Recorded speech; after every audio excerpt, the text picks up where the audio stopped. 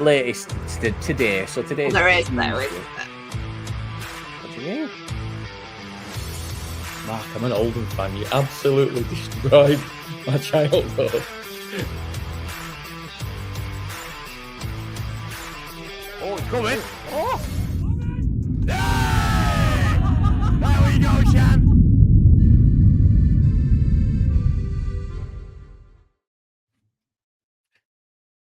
I didn't check whether this microphone's in the right place, and I think I've just broke it. But guys, welcome back to. I'd say welcome back. You've probably forgotten who we are by now, but we're going to start from scratch. My name's Liam. You know that, I think. I'm the gobby one on Twitter. We're going to do something a little bit special tonight. I've been hinting about it on Twitter. Haven't dropped what we're doing. It's going to be a surprise. But before we get in, I'm going to welcome back this sausage. Oh, that's horrible. Jesus, what you've done? You put me in a circle. I do look like a sausage. Yeah, well, without the circle or with, Grant, you're there. I'm just trying to... Yeah, that's better. That's original. There we go. Now, proper sausage, square sausage. The square sausage. That's Scottish, isn't it? Ah, yes. Right. Welcome back, Grant. Oh, by the way, we're back. Do you know what? After the last time it was welcome back, it feels like it's welcome back again. Yeah, it's been too long. We need to kind of make something a bit more regular. It's been a minute, hasn't it? Yeah. Joe, we're just going to get in. We're doing a little interview tonight, and before we do, this is where we're going to differ between the English and do you know what? Do you know what? You've just completely fucked it and froze. If we'd have got a Welsh person tonight, I think I froze. If we'd have got a Welsh person tonight, Grant, we'd have had like a trifecta thing. Oh, you mean a trifecta with 4 people? Yeah, but I don't know if that's the right word. But I don't know what the one before is. A forfecta? A quadfecta. Right, yeah, we're just making it up now. Just making sure. Mate, we just make stuff up all the time. Right, I'm going to let you introduce this person, mainly because I want you to say his name, and then I want him to come in and tell you whether you're saying that correctly or not. Because I don't know if you're just saying it's Scottish. Fair enough. So, I mean, there's only one way to say it, is that we've got an Irish midfielder. His name is Gavan Holohan. Is it Holohan or is it? Do you know what? I get asked this constantly. I get asked it. There's no right or wrong, to be honest. Back home, it's pronounced Holohan. Over here, it's Holohan. So I'll take either. All right, I'll stick with Holohan because it wasn't until earlier I was on the phone with Grant and he said your name and I was like, I don't know if I'm saying this right. I've got to do an intro tonight. Anyway, how you doing? You all right? I don't know. Yeah, all good, lads. All good. Good. Well, thank you for coming on. And yeah, pleasure. Yeah. This is 3 years it's been 3 years since we got permission to do this interview. The issue we found was that no one told you. So tonight is the first time we've actually managed to lock you down. I'm quite excited to see where this goes. And I know Grant is because being a pooler, he's got that season, that promotion season that he's been dying to talk to someone about, but we've never had anyone that. There's not many people that listen to a Pools fan, is there? Yeah, we'll talk to you until we listen to you. Until we listen. This is true. Yeah. Mine keeps dropping and I don't know why, but we're going to power on. So my first question for you, right? And we'll kind of go back to the start is you grew up in Ireland. How does Gavan Holohan, same, right? Or Gavan, is it right? It's Gavan, or is it right? Again, another pronunciation issue I've got here. Honestly, my whole name is just miles off it because it's spelled Gavan, but it is Gavin, so it makes no sense. Gavin. So yeah, either name doesn't make sense, to be honest. It could. I mean, there's worse spellings in Ireland on names. There is. Yeah. It's a lot worse. How do you end up? Because you started your career in the youth at Hull. Is that correct? Yeah, it's true. Yeah. How do you go from Ireland to Hull? They're not very close together. They don't go hand in hand. No. No, just like I suppose like a lot of Irish players playing back home. Obviously, in schoolboy football, who had those aspirations of getting across the water, just playing for schoolboy teams. Obviously, you get scouted then by a couple of clubs, going a couple of trials, and which I did. Obviously, I went on quite a few trials, and somehow ended up in Hull, of all places. The beautiful part of the world. It is. My missus is from Hull, so I need to be careful here. Is she really? Yeah, Right. yeah. Otherwise, I'd hammer it. Yeah. I wish we'd had a bit of a heads up. I've got a list full of Hull jokes to just. Yeah. I've probably heard them all, mate. I've probably heard them all. Yeah. I'm from Bradford. It's not. Yeah, look, it's not that bad. Not that bad. I'm punching if I swing at Hull from Bradford. Well, yeah. So you end up at Hull, but how for you? What got you into football? Like, was it something that just as a kid you were kind of naturally drawn to, or was there someone that maybe pushed you into it? Because I coach a young team, and I see on other teams like that. My parents that I've got that I'm working with are quite good, but like other teams I see where they're quite pushy with the kids, and like you can see that they're maybe not buying into it, and they're hoping that later down the line they will. What was it like for you? How did you kind of get into the game? Like I suppose the area that I'm from, Kilkenny, it's, I don't know if you know much about Gaelic sports back home in Ireland, is massive for hurling.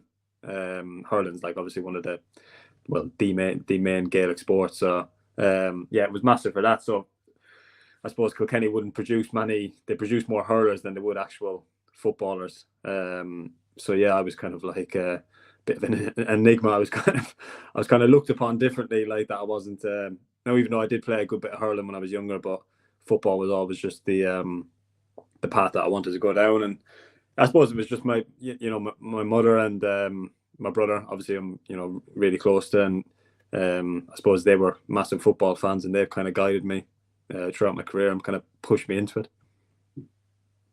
Yeah, I've made a horrific mistake. Go on. I didn't do the introduction I wanted to do, and this serves me right for not writing things down properly. Right, because your brother is. Grant, I lost you then. What was that? Did you never write stuff down? You're like, no, I don't. There's only one person I've ever wrote things down for when we've done an interview, and that was Dom Telford. And I wrote them down and then read nothing. So it's never been done again. I was going to introduce you as Emmett's brother. That's what I was going to do, because he's like a lower league football sensation for someone who's never played the game. He's there. Yeah. I loved it. I love it. I think it's so good. Yeah, he's he loves to get involved, especially on Twitter. He loves it. Absolutely loves it. But that's a good thing though, isn't it? Because that's like, I suppose it's like a pride thing. Like you can tell he's very proud of what you do. And like, that comes across in his, if there's a single tweet that mentions you, and I see that there's a reply to it, I know immediately that reply is going to be Emmett. Straight on it every time. It's great. So I was going to introduce you as Emmett's brother, and now that's going to have to be the tweet that goes out. That's brilliant. He'll watch this and he'll enjoy that. He'll enjoy that. Yeah, definitely. So you end up obviously getting scouted, trialing. Were there any other sort of bigger teams? Like obviously Hull is a big team, and especially around that time. Is it like 2008 or so? When did they move over? Yeah, it would have been 2008. Yeah. So that'll have been like, were they Premier League at that point? Were they going up that season? Yeah, I had just signed the season they got promoted. My logic in it. Yeah, like I did. I went on trials with a few bigger clubs. West Ham. I think Sunderland might have been in the Prem at that stage. A few more. West Ham, Middlesbrough. A few more clubs anyway, and my kind of logic was I probably had more opportunities at Hull, being a championship club, to kind of push on, and then they go and get promoted and pump loads of money into the club, which seems to happen all the time. But it was brilliant. Yeah, it was a brilliant time to sign for the club, because there was a massive buzz around the club at the time. Dean Windass, it was that goal, wasn't it? Dino, memorable. Yeah. Bradford legend. Yeah. Yeah, well, weirdly, we were a League One side at the time, and we loaned him to Hull in the Championship. Yeah, who were pushing to go for the Premier. It was wild, like to see happen. But you didn't end up playing for Hull. I think you made the bench, didn't you? But didn't actually get on, and eventually you ended up leaving Hull. Now, this was an interesting. I want to check this because, like, obviously, we can only go by things like Wikipedia and things like that to kind of get it, and a lot of it can be made up. Did you trial for Carlisle? I did actually, yeah. When I left Hull, yeah, that's right, yeah. Grant, he toyed with the enemy. He toyed with the enemy. I know. Yeah, I did. Yeah, when I left, it was Kevin Kilban was the reserve team gaffer at the time at Hull. Yeah. And I got on really well with Kev. He was brilliant for me, looked after me. Obviously, the Irish connection and stuff. So yeah, and he was one of my heroes growing up. So yeah, he was brilliant to have. Like, and yeah, obviously when I found out I was being let go from Hull, obviously he kind of got in contact with a few people, and I think he knew the gaffer at Carlisle at the time. I can't think of his name. Was it Abbott? Greg Abbott? Greg Abbott's still there in like a director. I don't know if he's a director of football. I don't think he's that. I think he's like he deals with their scouting. I think he's like a scouting person for them. But so was he the manager at the time? He was the gaffer at the time, yeah. Wow. Yeah, so I think I had a week up there, up in sunny Carlisle. So sunny indeed. Well, sunny indeed. A very, very. I mean, the Carlisle fans watching it. I know I wind Carlisle fans up constantly. It's easy to wind up Carlisle fans, though, isn't it? To wind up Carlisle fans, and I think they appreciate. I think they kind of appreciate what we're doing as well. So yeah, no, look, Carlisle is it's not my favourite place. But I went there in the playoffs a couple of seasons ago and had an e-cig logged at my head, and and we lost in extra time. Do you know, it's the one good thing about being back in the National League is that we don't need to go to Carlisle. Not gonna lie, Grant. I reckon you'd take the Football League. I don't know. I think we might be going back to Carlisle next season anyway. Well, you've got that to deal with. No comment. Well, we're going to come to. I'm not saying that we're going up. No. Well, we're going to come to where pools are sort of later down into this conversation, because we've never had that conversation. Obviously, when they were relegated, I weirdly. Well, no, not weirdly. I think I started doing it to be annoying, and during the season they were getting relegated, and I just kept saying to Grant every week, like, "You're getting relegated," and eventually, I was like, "Oh, they're going to get relegated," and then it happened, and obviously, but we will get to that point, because I want to kind of touch on. You went back to Ireland, I've forgotten how you told me to pronounce it, so I'm not going to. Oh, Drogheda. Drogheda, yeah. Yeah, you nailed it. Multilingual over practically here. Irish now. I am. I'm trying to think if I had like anything that I could like drink to toast to or anything. I don't. I've got an energy drink. It's no. All you need to do is plug Sarah's Guinness page. Gav, I think you liked something or followed on Girl Drinks Guinness the other day, which I do like her stuff all the time, you know. Right. Yeah. So that is one of our mates' missus. Is it really? Oh, no way. Yeah. I honestly, I just see a nice creamy pint of Guinness, and I just can't help but like it. Yeah. So, for anyone who doesn't know, she runs it's one of these. I think it's like one of the top 4 Guinness pages. Yeah, she's got a big following. Yeah, huge. But she just tours around and drinks Guinness and then rates them. And it's great, Gav, when it's a good pint. Yeah. It's better when it's shit. Oh, no, there's some shockers. No, because she came here, right, and she had a bad one, and she reviewed it whilst we were still in the pub. Oh God! So her boyfriend is my missus's cousin, so it's like that's the relation. So they came down. The 4 of us went out, and I said, "Oh, try." And she rated it, and she was like, "This is dreadful," and she put it as a 0, and it pinged on my phone, and I looked, and I was like, "Tell me you've not reviewed that while we're still sat here." And then we've been back, and the food's been crap every time, but it used to be great before that, and I'm pretty sure they're doing it on purpose. But yeah, so we've got that connection as well. So that's what she does, and So Girl Drinks Guinness on Instagram for anyone. Girl Drinks Guinness. Shout out Girl Drinks Guinness. Yeah. There we go. She loves. Oh, he'll be buzzing. He'll be absolutely buzzing. Will Scott now. So yeah, you go back to Ireland. Was that kind of something that came about naturally, or did you kind of think were you missing home? How did that come about for you? No, I suppose I had kind of the idea that I wanted to stay in the UK, but I was going on a few trials and that, training with teams, got a couple of offers, but they were just shite. Like they were just like not great offers, like, and just not really worth my while. And I wasn't really, I suppose I got that feeling that I would probably go in and be a bit of a squad player somewhere, kind of on not a great deal, like. And I kind of just had to make that decision. I was at that stage in my career where, like I said, I'd been on the bench at Hull, but I'd never really gained that first team experience. Like I've been around that environment, but actually being out on the pitch and gaining that experience, I needed to at my age. So I just thought, you know what, the league, I knew the league obviously well back home. I had plenty of friends playing in the league back home, like watched the league growing up, obviously, in Ireland. Like, so I knew it was a competitive league, and had the opportunity to go back and sign for Drogheda.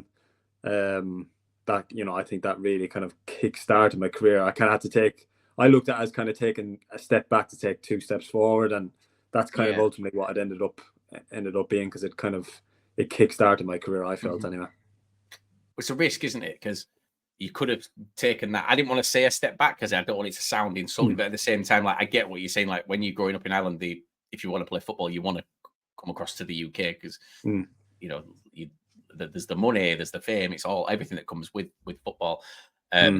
You could have done that step back and maybe got lost in the shuffle, but you ended up getting the Supporters Player of the Year, I think, as well in your first season. Yeah.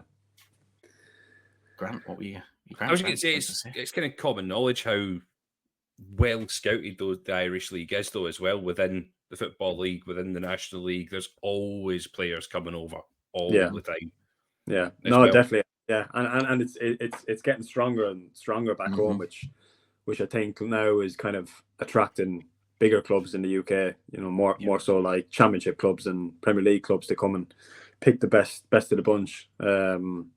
So yeah, it's getting stronger, and it's a massive, I suppose, pool for you, like, clubs in the UK to come and pick from.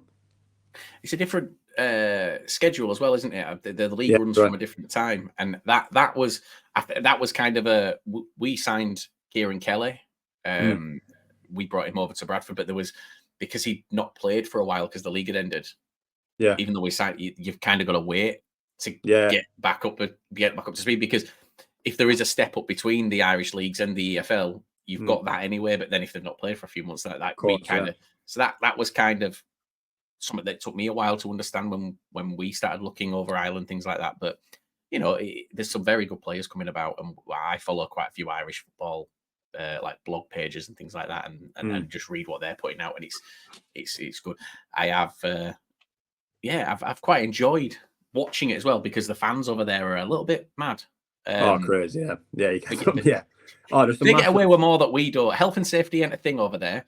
No, the pyros and flares and that are they're a must going to a League of Ireland game, which is insane. It's just for a basic game as well. Like it's not an important match. It's just a match, and they're out there and they're in force, and you can hear they don't shut up, and like that. I like that, and it's something that English football is missing, I think. We are very, very heavily kind of regulated in what we can do. Yeah, absolutely. Yeah. You got the Player of the Year, Supporters Player of the Year, and this is what this says here. And I need to ask what happened, because obviously I haven't seen this match. So you helped progress to the quarterfinals of the Cup. You scored 3 goals in 3 games, and then you were one of 3 players sent off in a game against Derry. Yeah. That was, mate, do you know what? Funny enough, we mentioned my brother. He actually sent this to me, funny enough, about 2-3 weeks ago. And it was a clip from that game of what I got sent off for. And it was so stupid, honestly. It was, I was already on the booking anyway. And then I got pulled down. I still maintain I got pulled down for a foul. And the refs back home, that's one thing I will say about the officiating back home. It's pretty poor. And the ref's giving a free kick in the opposite direction, like an idiot here, not realising I'm on a yellow. Literally, I mean, booted the ball over the stand. Like, literally just cleared the stand. and then realised, oh no, he's gonna set me off here. So yeah, out comes the second yellow, red card. I think we drew that game against Derry. We had a replay then on might have been the Tuesday night maybe, and obviously I missed that. We ended up losing the replay, so I felt horrendous. But you've got your supporters player of the year, and don't worry, don't you worry about it. You've got your accolade. Yeah. What was did you get the hairdryer treatment for that when you get straight back in? Yeah, I did. Yeah, my Darius Kieran's was the gaffer at the time, who I was really close with. He was top man, but he just came in and he just went, "How brain dead are you? Are you stupid?" I was just like, I had no comeback. I was just like, I just put my hand up and just like, yeah, I fucked up on that one. Sorry, that's my bad. That's my bad. How slow did you try and walk off? Because you must have known it was coming, and I'm sure at that point you kind of want the world the ground just open up and swallow you. But even if it wasn't a slow walk off, how slow does it feel? Does it just feel like everyone's on it? Yeah, I thought at one stage somebody had moved the change rooms. It was honestly, it was a long walk. You had a few of the fans kind of like that, giving you that what have you done in the crowd?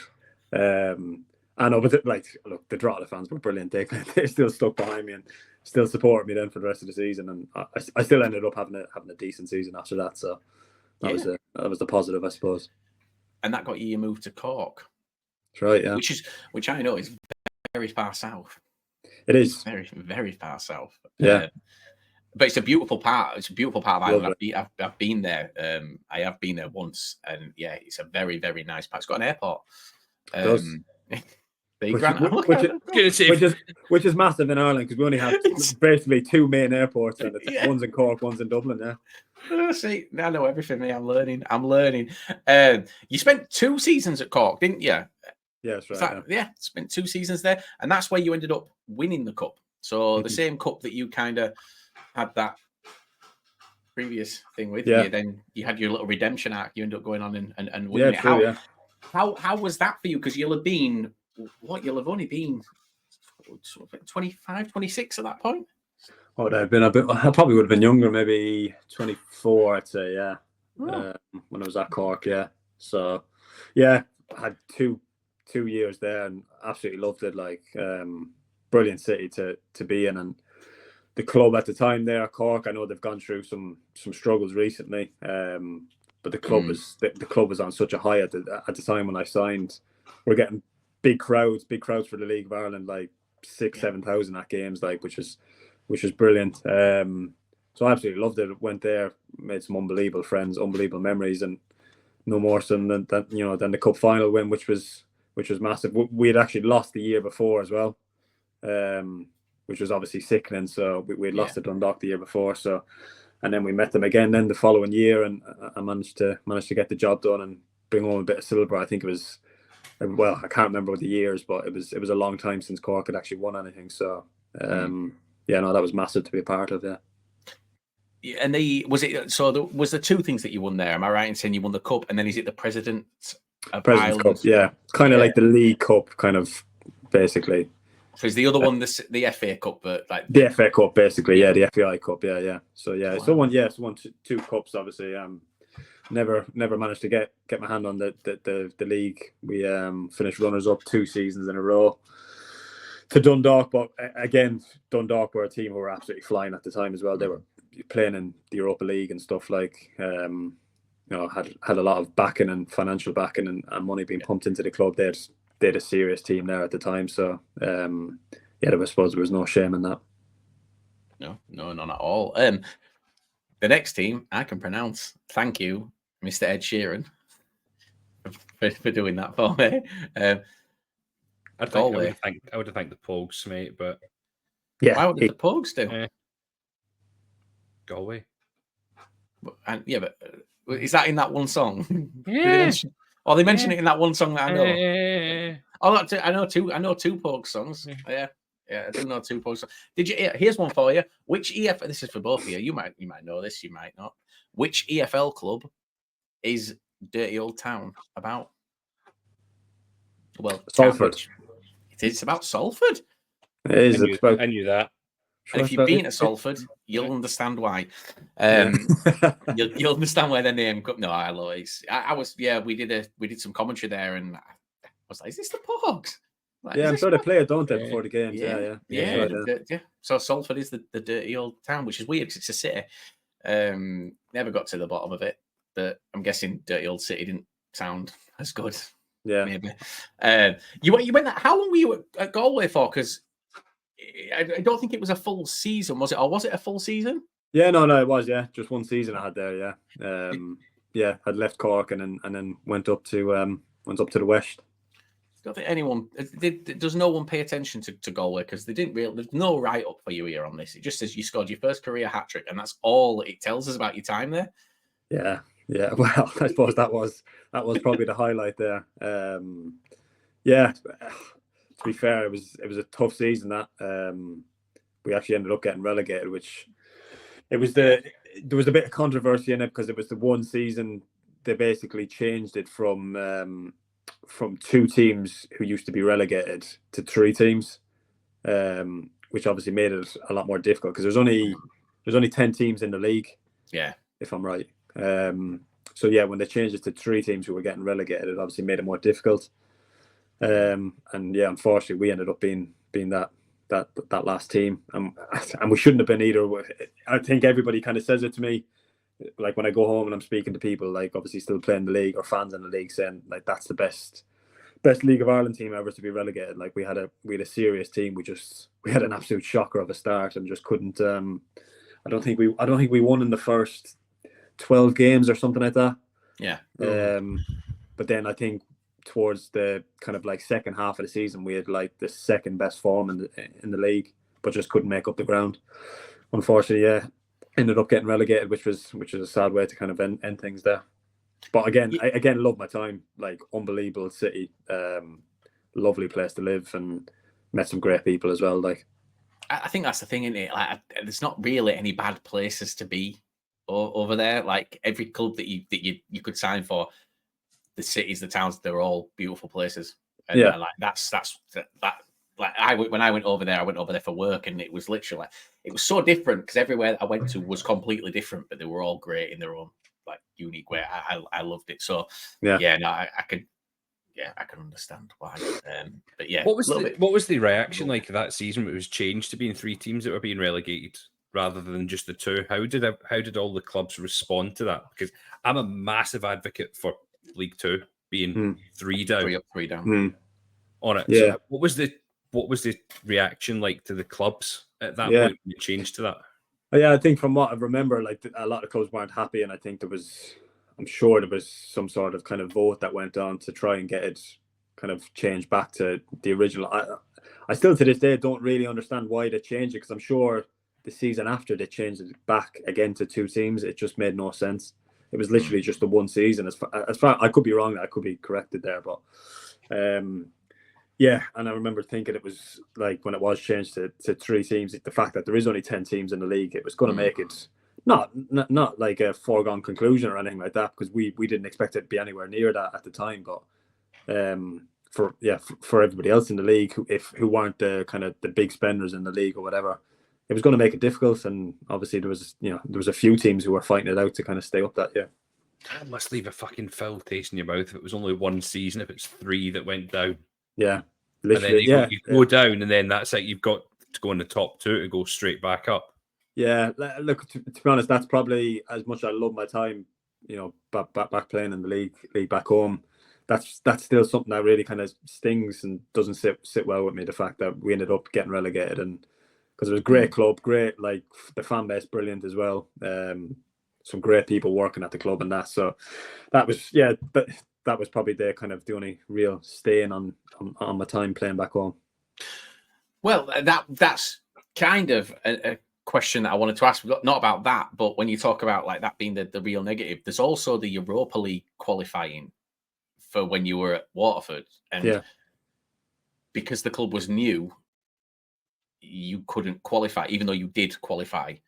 Yeah, is that something? Is that kind of a like a what could have been moment for you? Yeah, I suppose. Look, I suppose I've kind of killed myself there, saying that's probably the only staying. That's probably another one. I'll be honest. Yeah, that's another one that still doesn't sit right with me. Yeah, it was just a technicality why we couldn't. Because that season at Waterford, we had some team, like we had a brilliant team. We really did. Like we recruited some really good players. Had a brilliant manager and Alan Reynolds, who was the gaffer there. And we had like unbelievable togetherness in the group. And again, Waterford, like many clubs back home, kind of went through a really tough time where they pretty much went out of business, and kind of were reformed. And it took a lot to get the club back to that that place, and to get the club back into Europe, and then for it to kind of be taken away just on a technicality or whatever was tough to take. It was tough to take for us as players, but I'd say it was just as, probably even worse for the fan base and the people of Waterford as well. Yeah, that's got to be It's weird because it's a merit thing, isn't it? Qualifications on merit. It shouldn't matter. Yeah. How old the club is, you've earned it. But that just proves. I mean, you finished 4th, and that would have qualified you for the Europa League qualifying rounds. Yeah. The season before, when there's 10 teams and 3 can go down, you're either 4th qualifying for Europe or 4 places below relegated. Yeah, exactly. Yeah. It can't be right. Insane. No. Yeah. I won't ask whether you are 4th, 3 up, 3 down in League 2, purely because you've not struggled with the promotions from the National League. So for you, it doesn't really matter. It's just you're coming up anyway. But before we come on to England, because we're getting that point where you came over here, I was asked to ask how your time was at Drogheda, which we covered. But the question that I've got is more specific. In 2014, they were in a bad place midway through the season, and you took up the mantle as the main man in the team. What changed for you to become that person? Like, what made you kind of take that step, do you feel? Yeah, to be honest, when I first signed, it was actually under a different manager at the time. Robbie Horgan was his name, and again, a great guy, like really, really good guy. But for whatever reason, I suppose probably just my inexperience as well. Obviously, we were kind of struggling at the time, floating about that kind of relegation zone. So he was probably just going with a bit of experience, which I kind of, as a more experienced player now, I understand that now. At this stage. So I never really got an opportunity under him. He unfortunately got let go midway through the season, and Damien Richardson and Darius Kearns took over, and they were brilliant for me. They just kind of gave me that opportunity to play every week, go and express myself, and they just gave me that freedom. And having not played in so long, that was just music to my ears, just to get back playing and get back doing what I love to do. So I never kind of looked back after that. Fair play. I think it just takes that time, doesn't it, to have that little opportunity put in front of you, and it's all about what you do with it. 100%. I think football is massive for that. I think it is literally sliding doors moments. A lot of luck is involved in it. Right place, right time, and luckily, they came in and obviously took a liking to me and gave me that opportunity. If not, who knows where I'd be now. Yeah. Well, that's the thing, isn't it? Like we look at that Europa League point as well. Had the club qualified, you'd have probably stayed, because obviously then you've got that Europa League qualification to kind of go. At that point, you then don't go to Hartlepool, and then that story doesn't unfold. And Grant, we're coming to Hartlepool. I know. Don't worry. You know what? I was going to say that exact thing that you just said as well. It is that sliding doors moment where it's like, is it called like the butterfly effect, where like something happens and it causes the reaction over it, but then obviously if that thing didn't happen, this doesn't happen, and it's weird to think like the little list of things that have happened. It's like with us doing this. If it wasn't for COVID, we'd have never met, and we met through COVID, just through playing computer games. So it's like there's so many things, but you don't really think about it. The other question I've got, which is from the guy who runs the Irish football blogs Twitter page. I think you've seen. I think you follow it actually. He's a Cork City fan. Yeah. Now his question is not actually about Cork; it's about in general. do you want to go back before you retire? Do you want to go back to whether it's a club that you've played for already in the Irish leagues or whether it's a club that you haven't played for? Do you want to go back before you retire and have another, at least a season or another run there? I wouldn't. I'd never say never. Like, I would probably foresee myself. You know, I'm kind of well settled over here. I know we kind of joked about living in Hull and that. Yeah, but it's kind of become a second home to me now. I've got my house there. I've obviously bought a house there.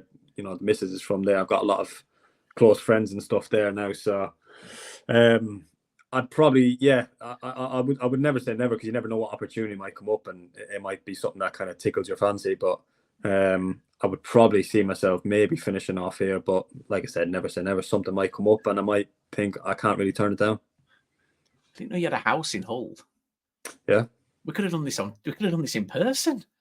Yeah, well, you're only 40 minutes away. I know. No, but obviously you're away now. No, yeah, but yeah, exactly. Yeah, we wouldn't have been too far. God, all this time, yeah. I was only an hour down the road. Yeah, literally. Yeah. Well, yeah, and I'm on the motorway junction, so I can literally see the motorway. So I just jumped straight. I could be at your house before you tonight. Don't you worry about it. No one's home. Right, I'm going to shut up at this point, because at this point you move to Hartlepool, and this is not my remit. I have a question to ask once Grant's talked about this season, because he's been dying to talk to someone about it. He's tried to talk to me about it. I didn't care, but Grant, don't take 40 minutes. I'm not going to take 40 minutes, man. I'm not going to take 40 minutes. It'll be an hour. There's a lot to cover on pools, so it could be a good hour. Oh, there's a hell of a lot to cover on pools. I've got the difficult questions, but I like asking them. So how did the move to Hartlepool come across in the first instance? I think it was more so my agent at the time, a fella called Dave Gordon. He's from Hartlepool, and I'd met Dave through one of my good pals in football, who I played with at Hull, Mark Cullen. He was his agent. So when I kind of decided that I was going to leave Waterford, probably on the back of finding out the Europa League kind of thing wasn't happening, it was like, well, look, I'm going to try a crack across the water again. So once I kind of decided that, I needed an agent who kind of had some contacts over there. So yeah, he obviously put me in touch with Dave, and Dave, being a Hartlepool lad, obviously was the obvious choice. Just the obvious choice. Obviously, spoke to somebody at the club. It was who was in charge there? Oh, Higgy was in charge. I was going to say, was it Higgy? He's trying to go back through the multiple managers that have been there. There's been a few. Yeah. So Higgy had just taken charge at the time. So I went in, trained, did well. And just unfortunately, you probably find that a lot of the lower league clubs just didn't really have any money for me, and was like kind of in a predicament. Like, look, Gav, we want to take you, but we need people to leave. We have people on decent enough contracts here, who are kind of taking up a lot of the budget. But of course, obviously, they were Williams. I would never say that. He's a good lad. He was a great lad, Lukey. Great lad. He had a horrendous time with injury. He did, yeah. No, it was an awful. He was some player, by the way. Some player. I think if it wasn't for injury, he'd be playing the top now. Definitely. Oh, 100%. It's what everyone was saying, like, keep him fit, and he was a championship player. He was ridiculous. Yeah, he was ridiculous. Yeah, no, he was a great lad as well. Really, really good lad. Just really unlucky with injury, but. Yeah, and that was the predicament, and it got to the stage where I needed to start playing football again. I'd been out of football between the season ending in Ireland. I've been out of football for nearly 6 months, and I was like, I need to start playing here. So I agreed to come in and sign on a kind of pay as you play, and literally I didn't get paid if I didn't play. So, and I didn't play a lot under Higgy, so that was obviously a struggle. And I think he got let go. No, sorry. Yeah, I'm wrong. So I came in, signed on a pay-as-you-play contract until the end of the season, because I signed in the March time. Signed until the end of the season, done well, earned myself a 1-year contract. Higgy was obviously the gaffer the following year, and for whatever reason, again another really really good guy as well. Really enjoyed working with him, but for whatever reason, just didn't feature as much as I would have wanted to under him. We were struggling at the time as well. Mm-hmm. And I think he got this sack. I can't really remember when it was. You probably have a better idea. The only thing I can remember is he got the sack by text message, or he sort of, who was it that phoned him? I can't remember when it was, but he got the sack in the October. I think it was. He got the sack in, and then Sweens came in and he took over. That's right, temporary, and then we got Dave Challoner in. Yeah, and it was Sweens obviously who I owe a lot to, because Sweens kind of, again, similar enough to what I had at Drogheda, I suppose, which is funny enough. Like he gave me an opportunity kind of to just get in there. He started me in a few games, and kind of then it was up to me then really to kind of take my opportunity, and I managed to grab a few goals early on and kind of like stamp my place in the team, and then obviously that held me in good stead then when Dave obviously took over and kind of tried to kind of kick on under him. That's the thing, that instantly at that point, the fans took an instant shine to you at Pools at that point. You're scoring goals, and I always found there was kind of shades of Sweens in you as a player. These were very, very similar. It's probably why he took a shine to you straight away. And you are back together now at Crawley, aren't you? Yeah, crazy. Absolutely crazy, yeah. That was literally like, when I found out that he was coming down, I messaged him. I was just like, did you ever think we'd be reuniting down in Crawley, the two of us? Like, of all places. Of all places. We were just laughing. We were like, that's just football. It's just a crazy, crazy business. Like, but yeah, we're back together now, yeah. So every time me and him went to a game together, a Pools Bradford game or any Pools game that I was there, Sweens would walk past me. I'd be like, all right, Sweens, but what the fuck are you doing here again? Just randomly standing on the pitch, and he's like that. In the wrong end as well. Like this is so that obviously this is jumping ahead. The first season back in the EFL for Pools was our first season doing this, and Grant came to my house and stayed for when the game down here was, and was in the home end with me. Yeah. You guys smashed us, and I do you know, actually, no, I need to take this off for this because I'm getting passionate now about Bradford. Right. So you guys, Jan Songo's finest out, Mike Fondop, don't me started on him. The only 6 foot odd bloke I've seen jump and get shorter, and then celebrate right in front of me for a goal he wasn't even involved in. Right. I get really angry on this because there was that. Grant sat in the home end and witnessed you win and couldn't celebrate.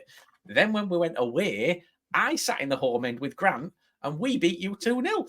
And I couldn't celebrate. So we both witnessed our teams win and neither of us could celebrate. It was a horrific season. That game, look, I'm getting irate here. That game at home was the day our season ended, and it was October, Gav. It was October. And you ended our season that night. Dave Challoner and yourself ended our season. I'm trying to find the photos, Grant, from that night. I still stand by the single best supporters video I took was at that match. Yes. So it's all the Pools fans singing your song, Gav. And it's just taken from the home end straight in. And the place was absolutely rocking that night. Yeah, that's honestly, the fans were so good. Like when things were good there was no place like it. It was unbelievable. It was absolutely brilliant. Well, that's a question I've had from a Pools fan. What are your thoughts on the chant? Do you know, like it's mental. Like to this day, there's still people who'll sing it to me. Like some of my friends and that who will still sing it. Like it was just one of the catchiest football I've ever heard. Like it was brilliant, honestly. Like the first time I heard it, I was like, oh, that's so good. Like, and then all of a sudden it just took off, and it was just, I was hearing it at every home game, every away game, and it was just, it was brilliant. Does it give you an extra boost as a player? Yeah. As soon as that starts going, you're like, right, I'm fucking scoring. Yeah, 100%. Yeah. No, it definitely does. Yeah, because you just look, you obviously, you want to do your best for your home fans and whatever. So that's kind of them showing a bit of appreciation for you. So you kind of want to. Go above and beyond then to repay that. So that's the way I always looked at it. Yeah. This is from the night.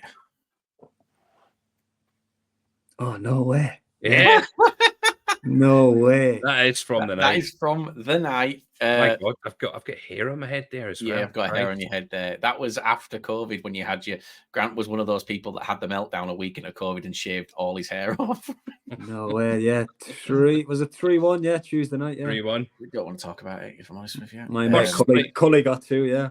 I was going to say it was like a first minute goal as well. Did you not I say missed that? it. Yeah, I missed it. I was getting straight in the changed. first minute. And then Jan Songo scored the own goal. It was a Jan Songo own goal. It was a cross. It was from the Mike Fondop jump. Mike Fondop jumped, got shorter. The ball went over his head. Someone whipped it in. Songo slid. It hit his foot and it bounced in. And we were right by it. And it just, it pained me because like hand on heart, that killed our season a bit because without like trying to be disrespectful to a team that had just come up, but like when you are a team or you're following a team like Bradford, you expect to be able to go or have teams like that have just come to you, and you expect to be able to withstand it. Yeah. Because especially for a lot of those players, like the ground's big, they're coming into that sort of situation, and it's like they're going to sink or swim, and you guys just laid us off the park. Yeah, like to be fair, we had that mentality under Charlie. Like we didn't fear anybody. Like that was just the way he was, and he expected, didn't matter where we went, what club we went to, like he expected us to win. Like, and if we didn't, like we'd hear about it. So yeah, he put demands on us, like, which got the best out of us. Clearly got the best out of us, and was that from day one when he came in on the let's talk promotion season? Was that constant from there? He was like, right, let's go. Day one, yeah. We played Edgeley away. And that was his first game in charge. I scored 2. We went 2-0 up, and I actually missed a sitter to get my hat trick at the end, which I'll never forgive myself. But yeah, and we ended up drawing the game 2-2. Just kind of fell apart at the end, and you'd think with a new gaffer kind of coming in, wouldn't want to kind of rattle a few cages like straight away, but he rattled a few cages. Like he absolutely lost it after the game and just said, there's no way when I'm in charge we're ever losing a game or drawing a game, being 2-0 up, like, so just forget about that. Like, so was that the season behind closed doors? No, that was the season that was the season, yeah. So obviously it stopped in March, didn't it? So that would have been just before the Christmas, yeah. So that would have been October, November time it would have been, yeah. So that was the season before. That was the COVID season before the season was cancelled, right? Yes, that's right. Yeah. Then you had the season behind closed doors, and that was the season you came up, wasn't it? That's it, yeah. Yeah. Wow. That's it. 2 seconds. I was just going to get the charger. 2 seconds. Yeah, no worries. No worries. So, and do you know what? I didn't even notice there were a door there. Did you know? No. He's doing one better than Dom Telford. He is doing one better than Dom Telford. Yeah. It's Crawley players. Yeah. That's what it is. Dom Telford's iPad died halfway through, and I literally just looked there and it was on 1%. I was like, oh shit. Well, Dom's iPad died, and then he couldn't get back. Oh god! It's to carry on, and we're like, he's coming at some, and then eventually he came back. It was quite funny. Just conscious of time, so I was going to say chemistry. Plenty of time. No rush at all. Chemistry in that team in the midfield trio that you had, the Wolf Pack. Tell us a bit more. Yeah, I just loved it. Like we just kind of, we had a good balance in that midfield. You obviously had Fev, who just dictated games, like just did what he did, like was so comfortable on the ball, would just run any game, like in that kind of pivot role. And then you just had me and Chelsea just ran around like idiots, like just we just kind of just ran forward, got in the box, like tried to get on the end of things, like and it just worked, yeah. And then obviously we got labelled as the Wolf Pack because we used to just get about the pitch, just press the life out of teams, and that, especially in that midfield, and we used to kind of turn the ball over a lot, and that was a huge part of our game. And I suppose something that Charlie really brought in when he took over, that he wanted to kind of be really dominant in turning the ball over and pressing the life out of teams. So that was something that we always try to do. So yeah, we got that kind of nickname, the Wolf Pack. I think we're Resorts Armstrong in front of you as well. Oh, just so good. Like the two of them, like honestly, one of them on the own was good, like, but the two of them just caused like just chaos, absolute chaos. Like OT was just so rapid and quick, and like it was ridiculous how powerful he was when he got going. And then you had Lukey, who was just strong as an ox, could pin any defender. Like, so you had OT kind of predominantly running in behind. You had Lukey kind of pinning people, obviously, which is perfect for me because I can just make runs off him all day. Shell's the same. So, and then the two of them just obviously just couldn't stop scoring. We're hitting the back of the net. Lukey would score all the tap-ins and, you know, the typical striker goals, and OT would do all his, beat about 4 or 5 people and stick it in the top corner kind of goals. So the two of them were they were pivotal. I know obviously we played a big role in the midfield, but two of them were pivotal. If we didn't have the two of them kind of up top to kind of win games, we probably wouldn't be, getting promoted that season.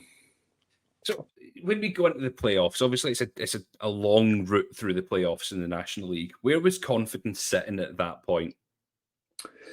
Going right? Is it going right? We can do this. We're going up.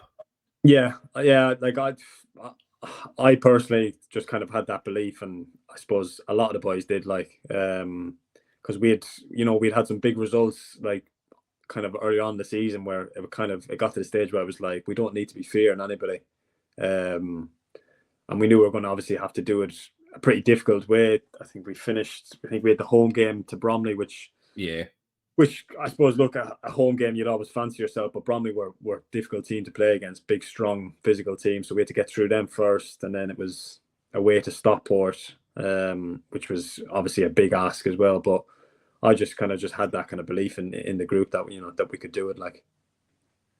And then obviously the infamous playoff final. Yeah. Oh, that was with the keeper, wasn't it? Yeah. Oh, yeah. Honestly, there was that shot of me because I just come off as well, and it was that, I think the BT cameras just panned to me, and I sat down between 2 rows of seats, like with my head in my hands, and was just like, I can't believe this has happened. Like we'd hung on for that long, and probably, I suppose, they had kind of large parts of the game, had a few disallowed goals, I think I remember, but we'd hung on for that long, and then when I just seen him score, and I was just like, only Hartlepool that would happen to, like. It was to the last second, because I was having to watch it at home, and I was Grant wouldn't speak to us. He wouldn't speak to any of us during the game. He was ignoring us because we were watching, but obviously we were watching as neutrals. We obviously wanted Hartlepool to come up, but the game as a neutral was it was a great game to watch. He wouldn't speak to us. He wouldn't reply. He wouldn't read messages. Him and his dad, it was complete radio silence. Yeah. It was just horrendous to watch, and Covalan was just shithousing us the whole game and the whole penalty shootout as well. Yeah. Well, I suppose, who got the last laugh, didn't we? So yeah, exactly. We got the very last true. Oh, but those penalties were unbearable to watch, like, unbearable. Awful.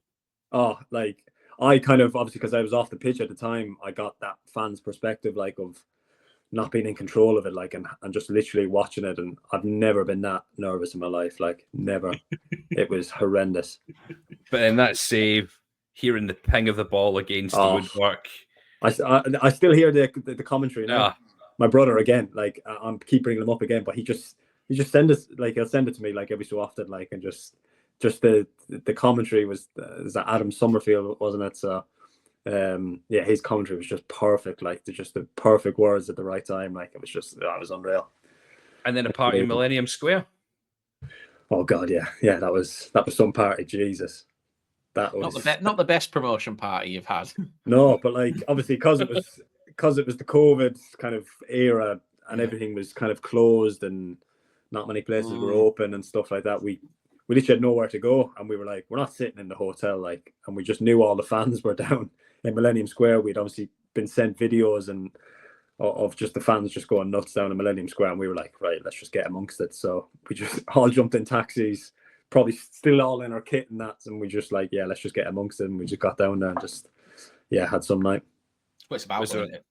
I was getting sore heads the day after that. Yes. Oh, sore heads, and then loads of COVID flying about as well. I think about five of us ended up getting COVID from it. Yeah. Wow. But that was a heavy night. Heavy night. I'm gonna fast forward a bit here. to the last game under Challoner. Was it 5-1 we get beat? Was it 5-1 we get beat by Leyton Orient? Could be. Could have been, yeah. Was that at home? No way. It was away. Mm. And at that point, I think he knew he was leaving. Yeah. To go to Stockport. His interview was a bit touch and go on that one, and there was a few expletives said in it. Yeah. What was the atmosphere around his players like when you knew that Challoner was dropping back down to the National League to Stockport from everything that had been built as the club? What was your thoughts at that point? I suppose it was just disappointment because we'd built, we'd put like a lot of blood, sweat and tears kind of like into building what we had there. I felt like we did have something special there, like the group, obviously the management staff, obviously him at the top of it, obviously. And we felt like kind of we hadn't reached our ceiling. We felt like that we could have kept progressing, kept pushing on. So obviously when he decided obviously to leave, which this was just after signing a new contract as well. Yeah, exactly. Yeah. So that obviously I suppose gave a lot of people probably a bit of false hope maybe that he was staying for the distant future, obviously. But no, look, obviously he had his own personal reason for doing it. Obviously a club that was obviously close to his heart and stuff like that. But so there was no kind of like personal, feelings from the players or whatever. Yeah. We obviously like all wished him well, but it was just I suppose it was kind of sad the way it kind of ended because we'd obviously been through some really good times and built something pretty special at the club. And do you think the club, if they'd have continued under Challoner, would have continued to build on in that direction? Because I kind of feel at that point was a turning point again for the club. Mm. Yeah, it's hard. It's hard to know because obviously he would have pushed us and demanded that we would have been fighting and challenging for those playoffs, which I think we were more than capable of doing. Then obviously it comes down to whether he'd have been kind of backed obviously in terms of recruitment and stuff like that, and whether he could kind of progress the team further up the league and stuff. But yeah, no, I think definitely under him we definitely would have progressed. Definitely, like where we would have got to, like who knows, but I definitely think we were headed in the right direction. So I suppose look for us as well, but more so for the fans. I suppose that was the disappointment when he left, obviously, because the club felt like it probably was back to square one again, which was obviously disappointing, having gone through some tough years. Yeah. My question is, when you look at Pools now, obviously they're back where they were. They've gone massively backwards over the last couple of years, and I think a lot of people kind of look at the off the pitch as one of the driving factors of that. For someone that was inside and kind of on a day-to-day basis being in and around the club for a part of that time anyway, what do you kind of attribute the situation now to? Like what kind of makes you, what do you look at when you see Hartlepool and you wonder why they're where they're at? Is there anything that you can pinpoint? No, look, I suppose it's just there's been a lot of instability at the club, which is always going to be difficult, when you have that at a club. There's been a lot of change in managers and a lot of turnaround in players and stuff, which is hard to get that kind of momentum going. So probably just that there's probably been too much of that, which look, I suppose has to be massively frustrating for the fan base up there, because they live and breathe the club, and the club is everything to them, and they want to see the club do well because it means obviously so much to them. So I think that obviously gets on top of like everybody. Obviously, I suppose the fans are frustrated, and then that kind of filters onto maybe the pitch. Obviously, players playing probably under a bit of a negative environment, obviously, through no fault. Obviously, that just kind of comes with the territory of not not reaching the the heights or whatever that you would expect a club like Hartlepool, because it is a big club and it does have a big big fan base, and it shouldn't be in the National League in my opinion. And if it is, it definitely should be pushing towards the top of the National League to get out of the league. So you can see obviously where the frustration comes from, and for me, kind of from the outside looking in, obviously just a bit of sadness the way it's gone over the last few years. I've always kept an eye on it, and it's it's always kind of hurt me, kind of seeing the club kind of in the decline it's been the last few years. But I can only hope, obviously, that the club will get back to where it rightly belongs, and hopefully they can can get it right sooner rather than later. Yeah, 100%. One of the things that really confused we Pools fans were all shocked at the point when you left the club. I was like, what? Why is Gav not staying? What's happened here? And then a rumour came out on this one. This is a question that I've had sent in to me. I love rumours. That there was an issue between yourself and Graham Lee, and saying that it was stated that it said that you weren't training well, you weren't putting effort in training, that's why you weren't playing. And Grant, that that's you up were there with very why did you leave question to Dom Telford. Very much. You weren't in the squad as much as everyone was wanting you to be. Everyone was confused why you weren't featuring. No. What happened? No, look, obviously, look, there's been stuff said, like, obviously I know Graham's kind of come out and said a few things, and that I've always tried to kind of not kind of rise above it and not get involved with it. Look, it was never a case of not training well or having the want to train or anything like that. There's always stuff going on. I was playing through some niggling kind of injuries and stuff like that, so I probably wasn't hitting the peak and the levels I probably needed to. But there was reasons for that. It wasn't a case where I wasn't up for the fight or anything like that. It was or didn't want to be at the club or anything along those lines. It was just just obviously just for whatever reason, Graham just kind of didn't see me in the plans. It wasn't anything kind of, I know I'd like to think it wasn't anything kind of malicious. I don't think it was, but for whatever reason, he saw the team going in a different direction. I obviously disagree with that, because I obviously played a big part in it, and I wanted to kind of, I was never going to be one to sit back and see if when the club was struggling, like, to kind of sit back and go, well, yeah, it's nothing to do with me or whatever. I wanted to I wanted to fix it and kind of be part of it. And for whatever reason, just kind of didn't see me in the plans, and kind of made that pretty clear with kind of a few decisions he made that I didn't really agree with.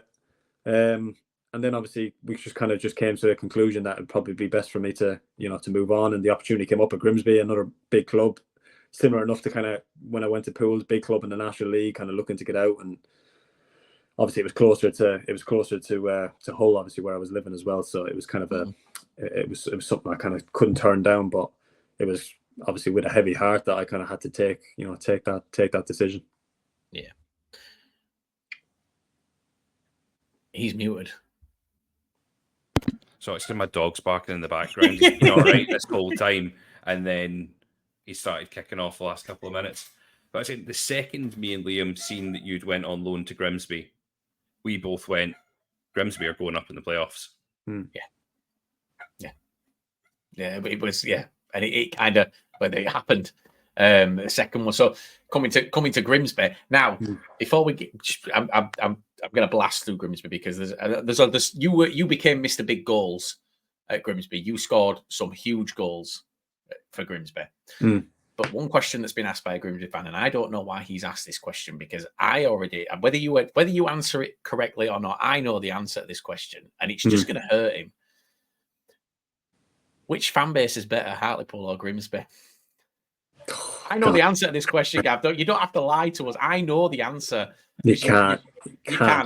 I'm impartial on this, and I will say, without a shadow of a doubt, it's Hartlepool. It is Hartlepool. And as soon as he asked me, I was like, "Why do you want to know that? Why?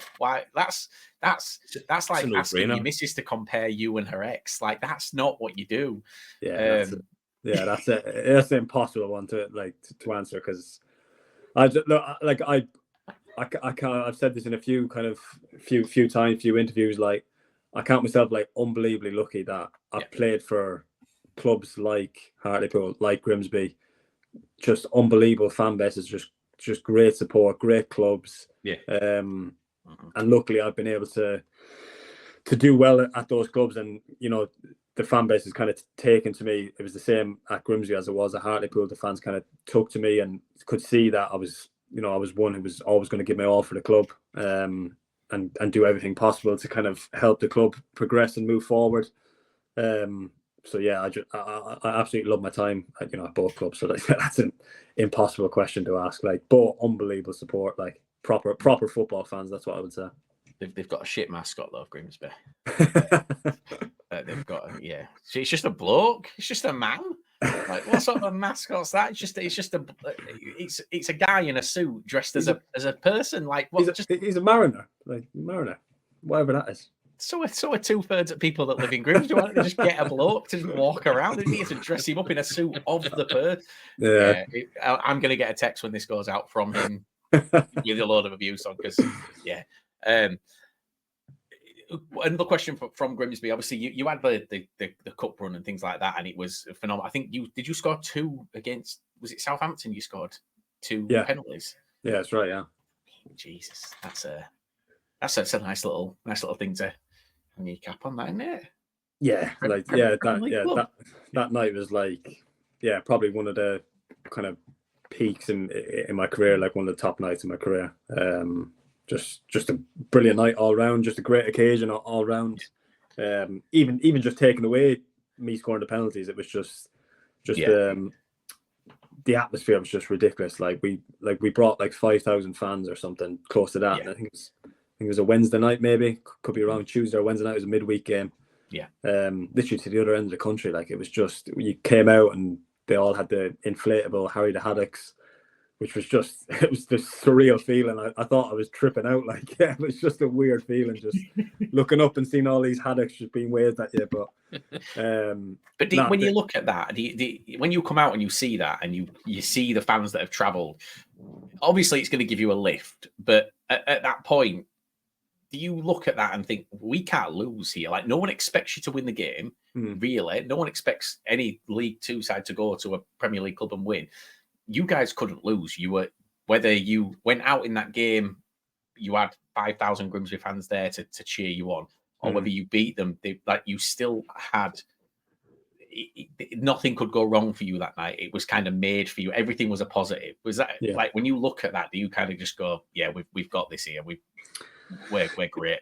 Yeah, it definitely gave us some extra motivation that you can't let these down. And I suppose, look, we weren't kind of like naive enough to think, we'll go turn these over easy or whatever. It was kind of almost like, if we are going to go out and if we are going to lose the game, we go out fighting, and put in a proper performance. I think Luke Waterfall, who was our captain at the time, he said it in the huddle. He was like, we look up at that. We can't let these down. Like, you have to give absolutely everything. If it's not good enough, it's not good enough. But at least we'll go out, giving them something to be proud of. So, and just the game just unfolded the way it did. Obviously, we were kind of backs to the wall for the first 10-15 minutes, and I thought this is going to be a long night. Like, they were on it. Like, they played pretty much their strongest team, and they were good. Like, the first 10-15 minutes, I'm sure that they might have had a goal disallowed. But I remember we kind of just found a way into the game. Just kind of started getting a bit more possession of the ball. Kind of got in behind them a couple of times, and a few kind of half chances, and it gave us a bit of confidence that we could, we're in this game, like, we're holding our own here. And then we luckily got the penalty just before half time, which obviously helped, gave us a massive lift. And then sure the second penalty might have been just after half time, so kind of either side of the half time, which helped massively. And then it was just kind of back to the wall defending then until the end of the game, which it worked. It worked, which is just ridiculous achievement, like, massive night. Nobody would have expected us to go and put on a performance like that and get a result like that. to take a little step back from, we've alluded to it. Right, it's the big moment. It's The big moment. Right, Grant. Right, how does this photo come out when you get promoted with Grimsby? Oh my How? God. Right, and when it comes out, right. First and foremost, I want to know what took did it? Emmett have to say. You haven't got a picture of it, have you? I'm not showing a picture of it. No, No, all right, no. yeah. I mean, I was I have gonna say, got a picture. YouTube will I take have- us down. Yeah, you I get have banned got the with me, picture yeah. of it because it got sent to me. It got sent to me at the time, and I was like, I mean, a life-changing moment, really. Not for you, for me. I've showered with my clothes on since. Gav, but like, what? Oh, God. Who took it? How does that get online? What did the club say? And what did you think when you saw it? Did you hear about it first and then see it, or did you see it and go, "Oh no"? Yeah, it was. Who took it? I'm sure it was Tristan Abrahams. Was our striker at the time. I'm sure it might have been him. I think he went live on his Instagram, just in the change rooms, obviously, of the celebrations, which was just going off. Like you can imagine, it was just crazy, like absolutely crazy. And yeah, just dickhead here, just like obviously have a cock out, just bopping away, dancing away or whatever. And he's kind of got me in the background, not realizing he's getting me. Kind of had the phone kind of like that. Live on course, Instagram. But somebody's obviously screenshotted it. And obviously, literally, like after the game, I'm kind of walking out of the stadium, obviously, just looking at my phone, like, and none of the messages on my phone were "Congrats, mate! Absolutely buzzing for you." It was just, "Hi, mate. Your cock's all over Twitter. Like, did you know? Like, what's going on?" So I was like, I obviously didn't know at the time. I was like, "What's going on here?" And then I literally clicked on one of the somebody had obviously tagged me in it. And yeah, there it was, my old boy on Twitter, all over Twitter. Yeah, it was certainly a welcome back to the EFL, because at that point we would, when a team got promoted, we'd tag the club, we'd tag the fan base, we'd welcome them back. Couldn't do it that day because it just got lost in the shuffle at that point. I had to wait for a few days for it to calm down. Yeah. But then, yeah, like, picked a better word than the shuffle. Yeah. Oh, there's not really a right word to use, but yeah, it was surreal. What did the club say? Did the club say anything? No, club were fine with it. Like literally not said. I think they were just like, it is what it is. Yeah, like, you're having a laugh. People were kind of like saying like, "Oh God, like, are you a bit like embarrassed?" Or I couldn't care less, honestly. Like it made no difference to me. I was literally on top of the world. Like, yeah. So like nothing could have fazed me then. And I think the club were the same. Club were obviously just as ecstatic, obviously getting promoted. So I think it didn't really matter at the time. It was just a bit. It just added to the occasion for me. Yeah. What did your missus say? What did she say? This is the question. Question. What did she say? She might have asked, was it cold in the room or something, just to kind of wind me up or whatever. But fucking hope it worked. Wow. Oh God, I can't remember what she said, but it was probably some sort of innuendo. Yeah. Oh wow, that's yeah. I mean, that believe the reason I didn't put that out that we were going to do this is because I knew immediately every question was going to be that, and people would just tag me in the picture, and I was like, I can't. It took me so long to get that out of my notifications that I needed to just not risk putting it back in there. But yeah, so you end up getting promoted with Grimsby. You get your dick out on camera. Everyone's celebrating. It's all over Twitter, and that became a song as well. By the way, that became a Right, well, that was so. You're not at Grimsby anymore, so I can say it. When we originally planned this interview, I was at Grimsby and I was talking to them, and I asked about doing the interview. They were like, "Yeah, you can do the interview. What sort of things are you wanting to ask?" And I just looked at them. They went, "Do not ask that question that you're thinking of. You're not allowed to ask that question." I was like, "Okay, I won't ask that question." I'm kind of glad that we've waited till now because now we've got to actually ask. Because I think people always kind of wondered, how would you have felt? Like, I don't know how I'd have felt. Mine's probably out there somewhere, like in some dodgy forum. You're right. This is what it is. To come back to Grimsby on a more serious note, is the current, well, this season for Grimsby, they've kind of not kicked on the way that I think the fans wanted them to under Artell. And one of the questions has been, do you think that the home pitch is having an effect on them? I haven't seen. I've seen a few things online that it's obviously probably not where it kind of needs to be. But yeah, potentially, yeah. What was it like when you were there? Because when I was on it, I felt that it was pretty. I quite liked it as a pitch. Obviously, I'm coming from Bradford. We had a sand pit. Yeah. But yeah, like I quite liked the pitch at Grimsby. Yeah, no, I think I remember speaking to the ground staff there, who are brilliant, by the way, like do an unbelievable job. I think I remember him saying something about the turf underneath. It makes it difficult because it's quite hilly, and it does cut up kind of pretty easily. Even though it will look like a carpet at the start of the season, it's something to do with the turf. Obviously, I won't even try to go into understanding it, but yeah, it's not really my forte. But yeah, potentially, because obviously under Dave, he obviously looking to play, more kind of passing style of football, which obviously they're trying to do this year. So I presume that probably does kind of hinder him. It did a couple of times last year where we were probably not able to, when he first came in, he tried to implement kind of that style of play, and it was you just kind of you weren't able to. But look, there'll be other clubs who'll be in the same situation where the pitches obviously just don't allow to play that total football kind of play. Yeah, no, it's we had the same issue with when we had Mark Hughes. Mark Hughes wanted to play out from the back, passing it along the floor, and when the pitch gets to that point in the season where it starts to cut up and things, it becomes really, really difficult. Whereas now, like with us under Alexander, he plays long ball and a more longer direct sort of approach. It can be easier. Before we kind of wrap, because I don't want to really go into Crawley purely because you're still in that story and there's not it's not finished. So I do want to ask. It hasn't even started yet, to be honest. Well, no, but it's still like, so early, isn't it? It's so early in your yeah. time there, and it's obviously completely different for you. This is now you're down south. This is your first kind of time that you've really gone down there, and you've stepped up to League One. So when we get to whether it's the end of this season, wherever it may be, like we can do a Crawley, kind of see what happened and how that went. But yeah, I think that story's to be kind of told. It is still to be told. I had a question and my mind went blank halfway through that sentence that I was just saying right then.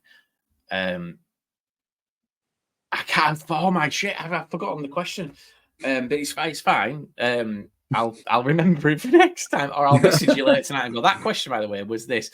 Grant, anything you want to add on this? Because I don't want to keep you too long. I know you've got. One question I was going to ask was, how did the move to Crawley come about? That's the one thing I was wanting to go on one of the things in Crawley, Liam. Yeah, That's what you were going to ask.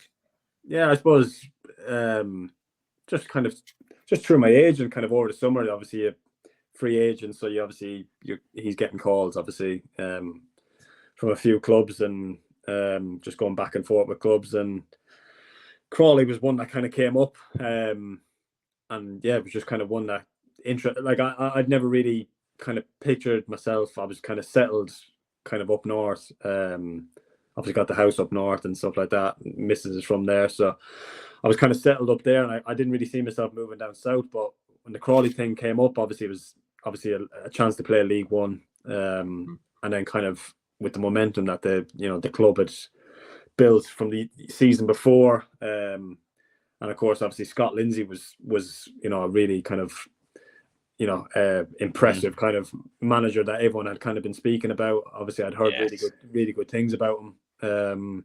So yeah, just kind of like there's a few factors, that kind of just kind of interested me, and I suppose it was just having that difficult question then with the missus saying, "Oh, by the way, we're moving to Crawley." So that kind of went down like a lead balloon at first, but no, she soon got her head around it. But it was just obviously once everything was kind of sorted, it was just about getting it done. And yeah, it was just something that was kind of I couldn't really turn down. And how did Emmett take it?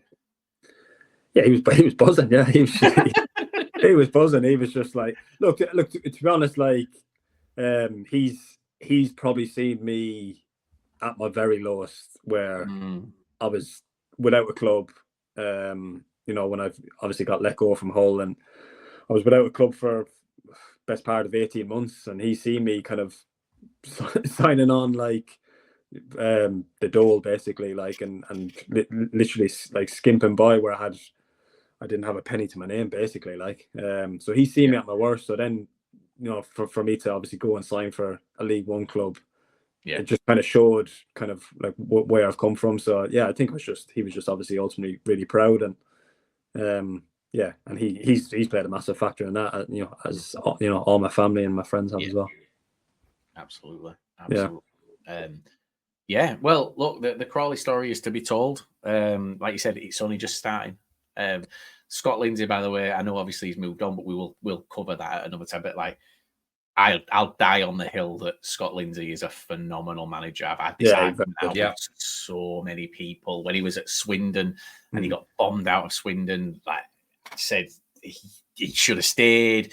He went to Crawley. I remember messaging Preston when I first heard the rumour. I was like, that's the man, because Crawley had been through that kind of thing that Pools had gone through, where multiple managers trying to find the right fit, and it was between Crawley and Pools as to who went down that season. And obviously Scott Lindsay came in, and look, he speaks for himself. He does it like I suppose that's probably the frustrating thing for me is, I signed obviously in June, and first week of pre-season I ended up kind of tearing my quad, so I was out for the best part of 11 weeks.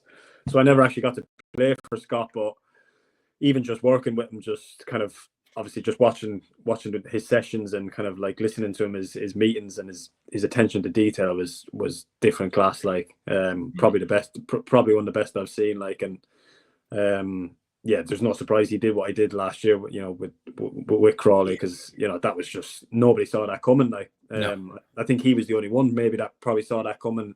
To kind of like bring that group together and play the football they do. Like the style of football was another thing that really attracted me to coming down here. It was just proper good football, getting the ball on the deck, and real attacking style of football. So now he's obviously a top coach, top manager, and I'm sure he's gone to MK now, and I'm sure it'll take a bit of time to kind of put his own stamp on it, but I'm sure he'll get them going, and they'll be there or thereabouts at the end of the season. 100%. His memory is ridiculous as well, and he's got a weird memory. I sat with him before we played Swindon. I sat on the bench just chatting to him, and he was pulling Bradford players out of thin air that had played for us 10 years earlier. Just, what happened to this guy, and what happened? And I'm like, how do you remember that? I don't remember him. Like, I do now you've mentioned him, but that person's not entered my head for years. And he was just pulling players out of thin air and saying, when did he leave and where did he go to? And it's like just random players, not even like like not even players that had kind of really torn up any trees for us, just players that had come, spent a year with us and moved on. And he just like Scott Lindsay is for me up there as far as like managers at this level, like and he's very, very underappreciated. So it's good to hear somebody who's played under him. No, definitely. Nearly played under him, but trained under him. Yeah, exactly. Yeah, no, like, and even just in the short time, I definitely, at my age, obviously you can still learn a few things, and I definitely did, even just working under him, just training under him for a couple of weeks. I was back fit, unfortunately. Yeah. Well, look, we're gonna let you go because I know you've got stuff to do. But thank you very, very, very much. No, welcome. Appreciate it. I want to follow up with a Crawley one, because do you know what? I've got loads more questions I could have asked on this. Not just Crawley, Pools, and Grimsby as well. Likewise. Yeah. No, I've enjoyed it. Yeah, loved it. Yeah. Well, guys, if you liked it, give us a follow, give us a whatever you need to do. We do all the normal stuff. You know how it goes. Well, I'll put it on Twitter. But guys, thank you very much. I'm going to do a little outro now, and we'll see you next time.